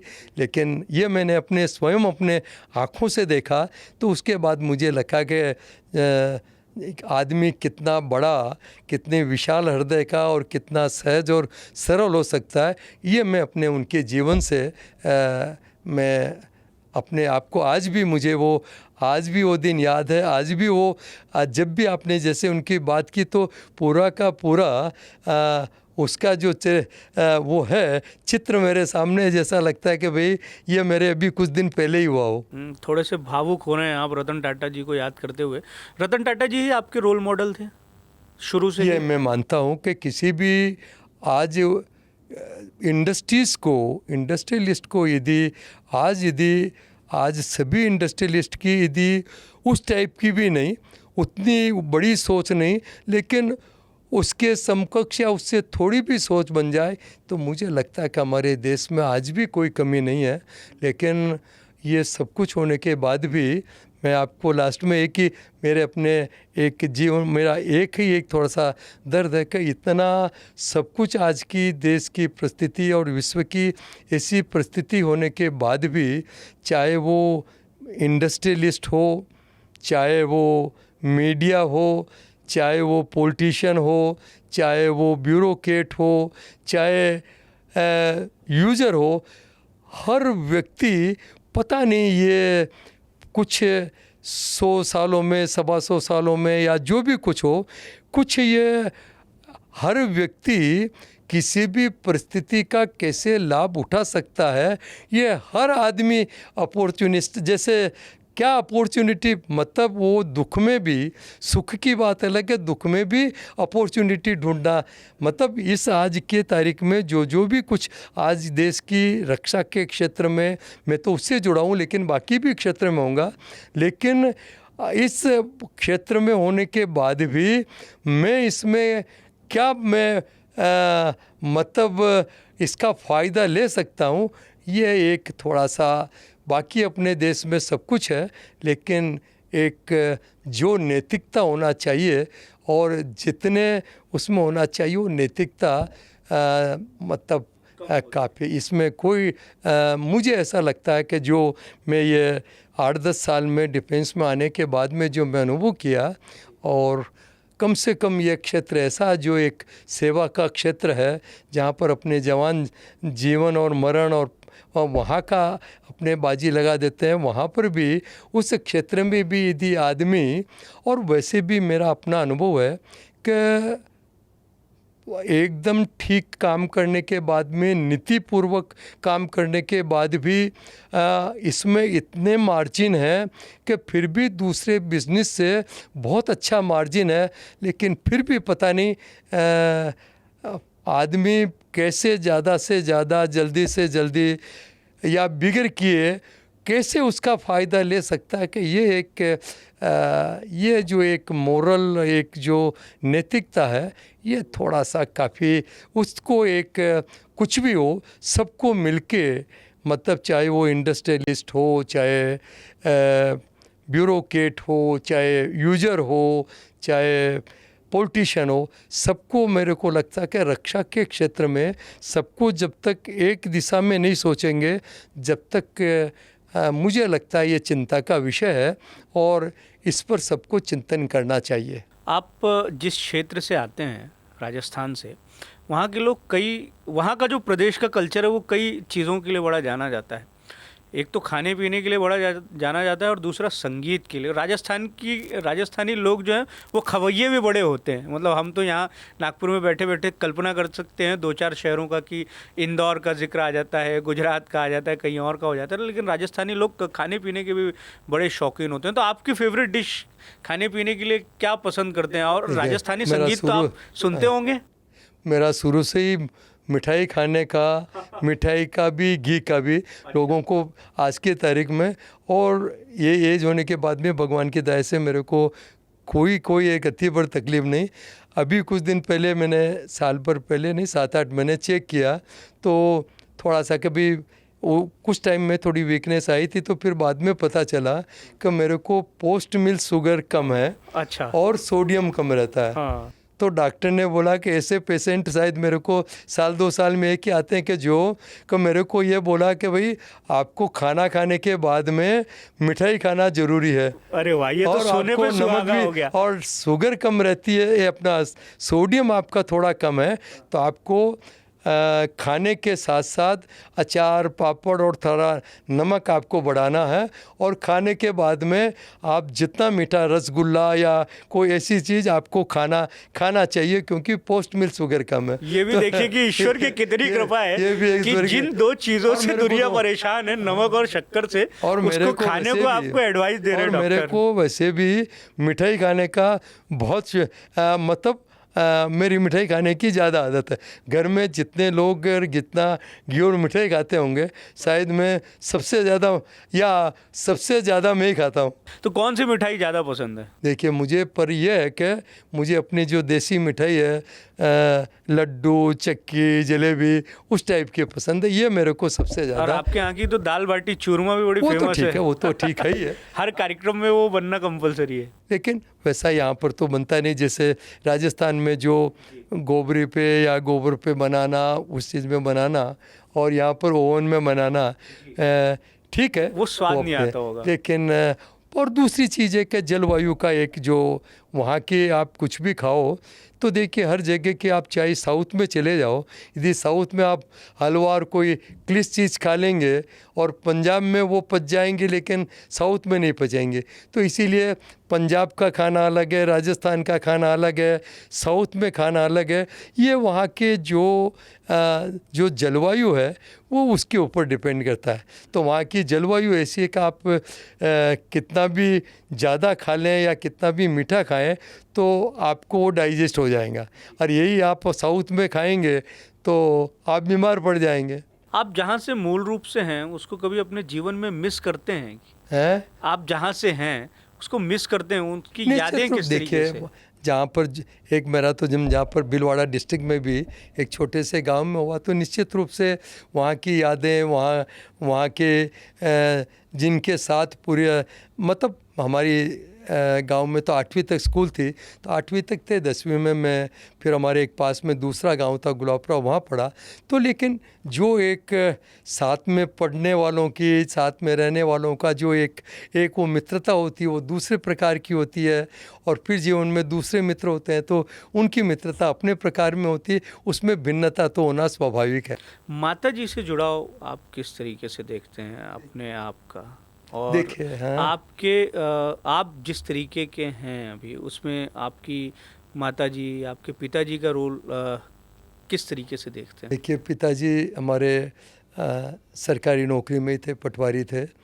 और लेकिन आप ये ताज्जुब करेंगे कि उन्होंने जब तक वो 80-82 साल के थे, उन्होंने कोई दवाई नहीं खाई। लेकिन उसके बाद में कुछ 85 साल के बाद में उनको एक ये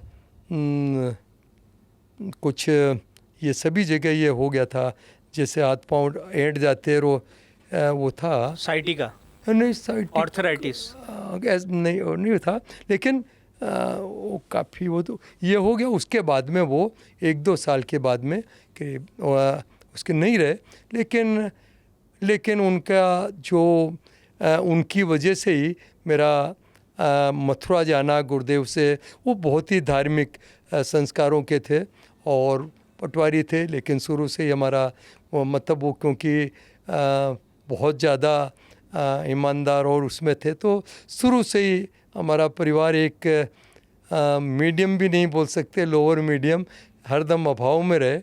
और जहाँ माता जी और कभी मतलब वो बहुत ही एक उसमें थे। और माता जी भी जैसे अभी मैं तो कल जा ही रहा हूँ, तो वो 96 उनका कंप्लीट हो गया, लेकिन उनका भी अभी 92 नहीं 93 तक जब भी मैं भिलवाड़ा जाता हूँ तो अपने हाथ से आज भी वो खाना खुद बना के वो खिलाते थे। हाँ, और उसका भी ऐसा ही, दोनों नवरात्रि वो हरिद्वार में ही आश्रम में रह के करते, बड़ा शांति कुंज है तो वहीं पर। लेकिन अभी ये 3 साल में वो थोड़ा सा उनका स्वास्थ्य मतलब ठीक है, उठना बैठना खाना पीना बाकी सब कुछ ठीक है, लेकिन थोड़ा सा सुनना काफ़ी बहुत कम, दिखना है तो पलकें ऊपर नीचे नहीं होती, तो ये एक थोड़ा सा उनका हो लेकिन गया। खाना आज भी आपको बना के वो खिलाती हैं जब नहीं उनको आज मौका नहीं, मिले? अब तो नहीं, अब नहीं खिलाती हैं, पर जब तक आप 92 93 तक मुझे अच्छी तरह याद है कि वो जाते तो एक बार खाना जरूर, उसको जब तक अपने हाथ से खाना नहीं बनाओ तो उसको बड़ा एकदम वो लगता था। और ये भी एक भाग्य की बात है कि उस आयु में उसका इतना प्रेम उतना ये है। अभी भी कल जा रहा हूँ तो उनका ये बोलना कि नहीं अभी आना मत, अभी तो 1 महीने पर पहले आके गया था अभी, क्योंकि उनको पता है कि भाई अन्य से इसको वैसे भी काम इतना रहता, फिर इसके लिए आएगा। तो एक देखिए कोई भी किसी, चाहे मैं हूँ चाहे कोई भी व्यक्ति हो, किसी भी व्यक्ति के जीवन में माँ बाप का स्थान तो कोई दूसरा ले नहीं सकता, चाहे कोई भी कितना भी कुछ हो, लेकिन जो हो जैसे हो, आखिर माता पिता तो माता पिता ही हैं। उनका कभी अपने उनके ऋण से या चाहे कुछ भी हो जाए, उनका प्रेम उनका ऋण उनका तो एक अद्भुत एक भगवान के रूप में वो दूसरी एक तरह से उनका ही रूप मान के चलना चाहिए। तो वो है, और वो मैंने एक अपने भाग्य में ये होना कि आज मेरी आज माँ भी है और पोता भी है, और वो भी साथ में काम शुरू करने है, ये भाग्य की बात है। मैंने अपने जीवन में अभी तक 6 पीढ़ी मैंने देख ली। हाँ, मैंने दादी हमारी थी, उसको भी उनके साथ रहने का मुझे, जब मैं 3 साल का था तब उनका हुआ, लेकिन जो दादी है उनके साल भर बाद ही उनका देहांत हो गया। लेकिन मैंने अपने जीवन में ये राघव सहित मैंने 6 पीढ़ी देख ली अभी जी। वाह, ये तो और भाग्य की बात है। हाँ, ये तो योग संजोग ऊपर वाले की कृपा की बात। लोग जो हैं या आपके आयु वर्ग के जो लोग हैं, आपको लगता है कि अभी की जो पीढ़ी है वो अपने माँ बाप को लेकर उसी तरीके की सोच या दृष्टिकोण रखती है जैसा आप लोगों का है? क्योंकि आजकल की जनरेशन बड़ी फास्ट हो गई है, उसके पास में नई तरह की चीज़ें हो गई, तकनीक आ गई है, तो उसे ये लगता है कि मतलब मानसिकता का एक बहुत बड़ा फ़र्क जो है वो दिखाई पड़ता है। तो जो हमारे सांस्कृतिक मूल्य हैं वो भी थोड़े बहुत कम होते हुए दिखाई देते हैं। आपको लगता है कि इसमें क्षीणता आ रही है? देखो, ये बात ज़रूर है कि हमारे देश में और शिक्षा का जो प्रचार प्रसार हुआ, इसको कोई नकार नहीं सकता। हमारे समाज में भी कोई डॉक्टर या इंजीनियर कोई नहीं, सब अपना अपना धंधा ही करते थे। लेकिन जैसे जैसे शिक्षा बढ़ी, वैसे मुझे लगता है कि जो शिक्षा के साथ साथ में जो संस्कार और संवेदना आना चाहिए, वो उसका काफ़ी शिक्षा के साथ जो होना चाहिए, ये लोगों में कम हुई है, इसमें कोई दो राय नहीं है। क्योंकि हर व्यक्ति मतलब माता पिता कैसे उन्होंने अपने लिए क्या क्या किया, वो जो संवेदना होना चाहिए, जो सोच होना चाहिए, वो बहुत कम, मतलब उसको ये एक सबसे एक चिंता का विषय है कि हमारी संस्कृति में ऐसा पहले नहीं था। लेकिन जो एक दूसरे के प्रति जो संवेदना होना चाहिए, उसका थोड़ा सा काफ़ी स्तर उसका जो है वो स्तर काफ़ी कम हुआ, जो वो अपने देश के लिए ठीक नहीं है।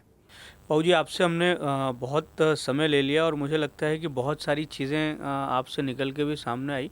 तो जीवन को लेकर हमारी सोच जो है वो भी थोड़ी सी प्रगाढ़ होती है, हम अलग अलग दृष्टिकोण से चीज़ों को सोच सकते हैं। हमारे जो दर्शक हैं उन्हें भी बहुत कुछ इस बातचीत के बाद से मिला होगा। आखिरी प्रश्न है मेरा, मैं चाहता हूँ कि विदर्भ या सेंट्रल इंडिया का जो हमारा क्षेत्र है, यहाँ के औद्योगिक विकास को आप किस तरीके से देखते हैं? कई नई तरह की चीज़ें हो रही हैं, मिहान के डेवलपमेंट को लेकर, नए एयरपोर्ट के काम को शुरू किए जाने की बात हो रही है, कार्गो हब बनाए जाने की बात हो रही है, डिफेंस सेक्टर को नागपुर के इर्द गिर्द बहुत बेहतर किया जा रहा है। हमारे जो मुख्यमंत्री हैं वो गढ़चिरौली जो है, जो महाराष्ट्र का सबसे पिछड़ा ज़िला था, अब उसे वो कहते हैं कि सबसे पहला ज़िला है। वहाँ पर कई तरह की जो माइंस का काम है वो शुरू हुआ है। तो विदर्भ के विकास को आप किस तरीके से देखते हैं? आपका विज़न क्या है विदर्भ को लेकर, और आने वाले समय में हम क्या देख सकते हैं कि किस तरीके से स्वरूप रह सकता है विदर्भ का? मुझे लगता है कि आने वाला जो समय है, जो भविष्य में विदर्भ की बहुत यहाँ पर अपॉर्चुनिटीज़, मतलब ह्यूज अपॉर्चुनिटीज़ है। और जिस हिसाब से आज का जो परिस्थिति अपने विदर्भ की है, और जो भौगोलिक स्थिति है कि सेंट्रली लोकेटेड है, यहाँ पर जो भी मिनरल्स अवेलेबल हैं, आयरन ओवर हो, चाहे मैग्नीज हो, चाहे लाइमस्टोन हो, हर, चाहे कोल हो, पानी है, जितने ये चीज़ें हैं, और जो आज यहाँ का राजनीतिक परिदृश्य भी है कि चाहे गडकरी जी जैसे बड़े राजनेता हैं, जैसे देवेंद्र जी जैसे अपने मुख्यमंत्री हैं यहाँ के, और बाकी भी जो है, फडणवीस जी तो आपको मानते भी बहुत हैं। नहीं, ये उनका देखिए, उनका बड़प्पन है, लेकिन मुझे लगता है कि सही में दोनों ही नेता अपने आप में इतना उनमें बड़प्पन है कि मैंने तो अपने जीवन में देखा कि उन्होंने कभी भी, जैसे गडकरी जी हैं, तो उन्होंने कभी भी कोई बात है तो कभी आज तक कभी उन्होंने, हरदम उन्होंने एक मोरल बूस्ट किया। ऐसे ही में आज की तारीख में सबसे बड़ी बात है कि देवेंद्र जी का भी, जो अपने फडणवीस जी का भी, मुझे लगता है कि उन्होंने जो भी काम, तो इंडस्ट्रीज़ में इतने पड़ते हैं, लेकिन उन्होंने इतने काम करने के बाद भी आज तक, मैं उन्होंने एक दो बार हमने दूसरों को भी बोला, आज तक उन्होंने मेरे को कभी ये नहीं बोला कि सत्यनारायण जी या भाई साहब या नवाल जी के मैंने कभी आपकी वो आपका वो काम कर दिया। मतलब आज तक उन्होंने ये नहीं जनाने की कोशिश की कि देखो आपका वो काम था, मैंने कर दिया। लेकिन ऐसे व्यक्ति मेरे को लगता है कि जीवन में बहुत कम मिलते हैं जो काम आपका करने के बाद भी आप किसी को बताए नहीं। ये एक बहुत ही कम ऐसे व्यक्ति मैंने अपने जीवन में देखे, लेकिन ये एक मैं उनके सामने भी एक बार बोलने की हुई, लेकिन भी उन्होंने सुना अनसुना कर दिया। लेकिन एक मैंने, मतलब कभी काम पड़ा उन्होंने किया, लेकिन कभी आज तक कभी एक भी बार नहीं बताया कि भी मैंने आपका ये काम कर दिया। ये अपने आप में किसी भी राजनेता का ये इस मतलब विचारों का होना, ये अपने आप में बहुत बड़ी बात है। ऐसा व्यक्तित्व थोड़ा बहुत आपका भी है कि चर्चा आपके संपत्ति की ज़्यादा होती है, लेकिन आप बड़े पैमाने पर सामाजिक कार्यों के लिए दान भी देते हैं, उसका आप जिक्र भी जो है उसको सार्वजनिक तौर पर करना थोड़ा सा उससे बचते हैं, पर आप भी बड़े पैमाने पर कई सामाजिक कामों के लिए जो है वो दान देते हैं, ये भी एक बड़ी बात है। खैर, आप जैसे लोग हैं जो पूरी इस व्यवस्था को चला रहे हैं, उस व्यवस्था में एक अपना मजबूत हिस्सेदारी भी आप लोग दे रहे हैं। ये एडवांटेज विदर्भ जैसे जो कार्यक्रम है, इनको आप किस तरीके से देखते हैं? यहाँ पे जो ग्लोबली इन्वेस्टर्स को खींच के लाना, ये जो क्षेत्र है यहाँ के जो है स्थितियों के बारे में जानकारी देना, कौन से उद्योग यहाँ पर जो है पनप सकते हैं, विस्तार ले सकते हैं, उनकी जानकारी देना। कि एडवांटेज विदर्भ का या जो भी ये चीज़ें होती है, उसका सबसे बड़ा लाभ यही है कि भाई यहाँ पर क्या क्या अपॉर्चुनिटीज़ अवेलेबल हैं और क्या क्या अपॉर्चुनिटीज़ बाहर के देशों में अवेलेबल और हम क्या कर सकते हैं, ये एक जानकारी मिलना। कोई भी काम शुरू करना है तो उसके पहले आपको ये जानकारी सबसे पहली सीढ़ी है कि उसके बारे में आपको जानना कि हमको क्या करना है और क्या क्या चीज़ें आज के परिदृश्य में, आज के परिस्थिति में क्या क्या चीज़ें हो रही है, ये हम क्या क्या कर सकते हैं। यही एक सबसे बड़ा, कोई भी आयोजन करने के पीछे सबसे बड़ा यही एक उसका इम्पोर्टेंस है कि भाई हमारे यहाँ पर क्या क्या चीज़ें उपलब्ध है, इन चीज़ों का आप कैसे उपयोग कर सकते हैं और कहाँ कहाँ इसका उपयोग हो रहा है और उसका क्या क्या लाभ ले सकते हैं। यही एक माध्यम है जिसके बारे में लोगों को जानकारी एक सहजता से मिलना, ये एक सबसे बड़ा एक प्लेटफार्म है। ये तो इसका सबसे बड़ा ये लाभ तो है ही है। कौन से सेक्टर में ग्रोथ आप बहुत ज़्यादा देखते हैं, और आपने भी डावोस समिट में कमिटमेंट किया है कुछ इन्वेस्टमेंट को लेकर, वो इन्वेस्टमेंट किस तरीके की है? देखिए, जैसे आपने बताया कि गढ़चिरौली में स्टील जैसे यूनिट आ रहे हैं, तो निश्चित रूप से इतना बड़ा रिज़र्व और इस टाइप की जो क्वालिटी है जो आयरन ओवर की, मुझे लगता है कि जो इसकी आयरन ओवर की क्वालिटी है, मुझे नहीं लगता अभी देश में कहीं बची होंगी। मुझे लगता है कि उसका करीब 66% है। अभी अब 40% के अंदर लोग स्टील बनाना शुरू कर दिया। तो एक तो ये जितनी जो इंडस्ट्रीज, उसमें स्टील इंडस्ट्रीज एक अपने आप में बहुत बड़ा है। दूसरी चीज़ है कि रक्षा के क्षेत्र में ये जो अपना विदर्भ है, ये सेंट्रली लोकेटेड है, जहाँ पर ब्रिटिशर भी थे। तो उस समय भी जब उन्होंने अपना पूरा का पूरा एयर सिस्टम है, उसका पूरा का पूरा डिपो यहाँ बनाया। ऐसे ही एमुनेशन का एशिया का सबसे बड़ा डिपो है, वो पुलगांव है। तो यानी एमुनेशन के लिए आज मुझे लगता है कि विदर्भ बहुत बड़ा हब बन सकता है, और बन सकता नहीं, मेरा का तो अपना विश्वास है कि ये देश का नहीं, अब बाकी तो बोलना ठीक नहीं है, पर ये देश का सबसे बड़ा हब निश्चित रूप से बहुत जल्दी बनेगा, यह मेरा अपना विश्वास है। आपने जो कमिटमेंट की है निवेश को लेकर, वो किस तरीके की हैं? हमने हमारा जो हमने कमिटमेंट की दावोस में, वही जिसमें कि rockets, missiles, ammunition, US unmanned aerial system, drone, counter drone, जो भी डिफेंस में आने वाले जितने भी जो आज काम में हैं और आने वाले भविष्य में भी जो लगने वाले हैं, उन सब के लिए जो भी हम यहाँ कर रहे हैं, उसको ज़रा बल्क प्रोडक्शन और ज़्यादा उसको क्या कितनी मात्रा में कर सकते हैं, उसका विस्तार जो है उसका एक्सपेंशन के रूप में हम कर रहे हैं। बाबू जी, बहुत बहुत धन्यवाद, आप हमारे स्टूडियो में आए, इतनी सारी बातें हुई, और आपसे बातचीत करके हमेशा नई ऊर्जा हमें मिलती है, हमारे दर्शकों को भी मिलती है। हमारी बस एक गुजारिश रहती है कि आप बीच बीच में, चूँकि आप बहुत व्यस्त रहते हैं, लेकिन समय समय पर आपसे बातचीत हो जाती है, तो हमें ये लगता है कि हम बहुत क्वालिटी कंटेंट हमारे दर्शकों तक पहुंचा पाते हैं, आपके अनुभवों को पहुंचा पाते हैं, क्योंकि बहुत सारे लोग आप जैसे शख्सियतों से बहुत कुछ सीख सकते हैं। इस पॉडकास्ट में भी हमने बहुत कुछ सीखा, और हमारे दर्शकों तक भी मोटे मोटे तौर पर बहुत कुछ पहुंचा होगा। बहुत बहुत धन्यवाद आपका। मैं इस इंटरव्यू को ख़त्म करने से पहले ही आपको बता देता हूं कि बहुत सारी जो सवाल है मेरे, वो रह गए हैं। अब जब आगे कभी हमें ये सम्मान और सौभाग्य मिलेगा आपसे बातचीत करने का, तो उसमें हम उसे कवर करने की कोशिश करेंगे। बहुत बहुत शुक्रिया।